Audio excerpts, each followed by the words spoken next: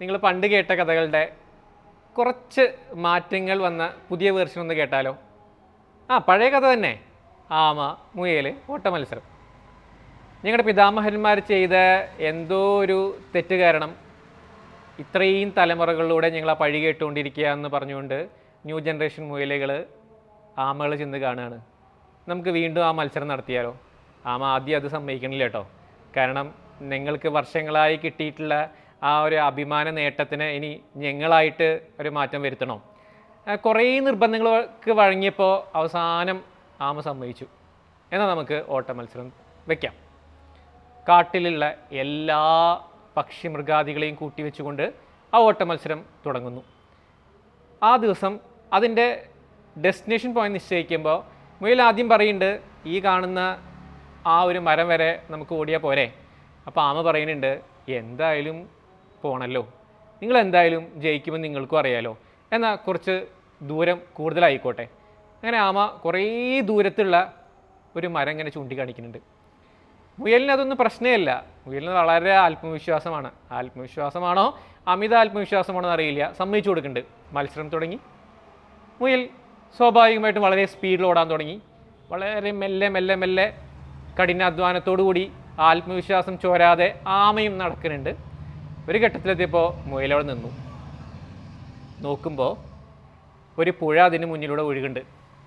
പുഴ മുറിച്ച് കടക്കാൻ മുയലിന് സാധിക്കില്ല. അപ്പോൾ ആമ ഇഴഞ്ഞു വരുന്നത് വരെ മുയലിനെ കാത്തു നിൽക്കേണ്ടി വന്നു.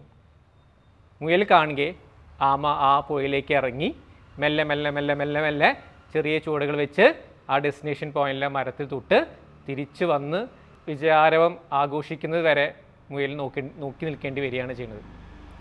അപ്പോൾ ഇവിടെ ഈ കഥയിൽ നിങ്ങൾക്കൊന്ന് ശ്രദ്ധിച്ചാൽ മനസ്സിലാവും. നമ്മൾ അമിത ആത്മവിശ്വാസത്തോടു കൂടി ചില കാര്യങ്ങൾ മുന്നോട്ടേക്ക് പറയുന്ന സമയത്ത് അപ്പുറത്തുള്ള ആളുടെ ഒരു ബുദ്ധിയും കൂടി നമ്മൾ പരിഗണിക്കണം.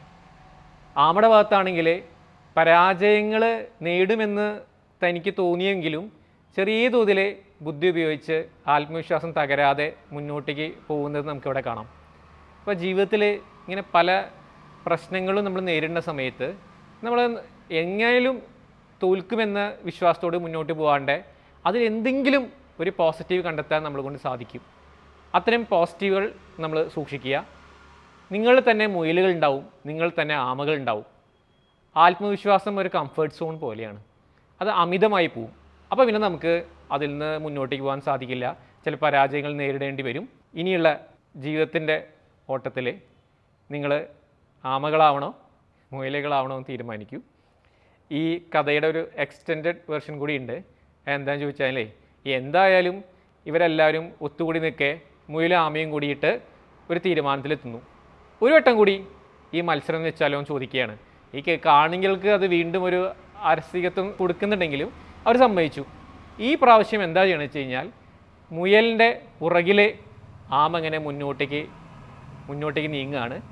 പുഴയെത്തിയപ്പോൾ ആമയുടെ മുകളിൽ മുയലും. അങ്ങനെ അവർ ഡെസ്റ്റിനേഷൻ പോയിന്റ് എത്തുക. സത്യത്തിൽ രണ്ടാളും കൂടിയിട്ട് ഒരേ സമയം വിജയം ആഘോഷിക്കുമ്പോഴാണ് കാട്ടിലെ എല്ലാവരും ഏറ്റവും കൂടുതൽ സന്തോഷമാവുന്നത്. ഈ കഥയുടെ മറ്റൊരു ഭാഗം എന്താണെന്ന് ചോദിച്ചു കഴിഞ്ഞാൽ, നമ്മളിൽ തന്നെ കുറച്ച് ആമയുടെ സ്വഭാവങ്ങളുണ്ട്, നമ്മളിൽ തന്നെ മുയലിൻ്റെ സ്വഭാവങ്ങളുണ്ട്. നമ്മുടെ വീക്ക്നെസ്, സ്ട്രെങ്ത്ത് ഇവയെ വേണ്ട രീതിയിൽ തിരിച്ചറിഞ്ഞ് ഒരുപോലെ എത്തിച്ചാൽ നമുക്ക് നമ്മുടെ ഡെസ്റ്റിനേഷൻ പോയിന്റിലേക്ക് എത്തിക്കാൻ സാധിക്കും. ഈ കഥയുടെ സാരാംശം എവിടെയെങ്കിലൊക്കെ ലൈഫിൽ നിങ്ങൾക്ക് ഉപയോഗിക്കാൻ പറ്റും. ആമയായും മുയലായും ആമയും മുയലായും എവിടെയെങ്കിലുമൊക്കെ നിങ്ങൾക്ക് അപ്ലൈ ചെയ്യാൻ സാധിക്കട്ടെ. ലൈഫിൽ നിങ്ങൾക്ക് വിജയങ്ങൾ സിദ്ധിക്കാൻ സാധിക്കട്ടെ. നന്ദി, നമസ്കാരം.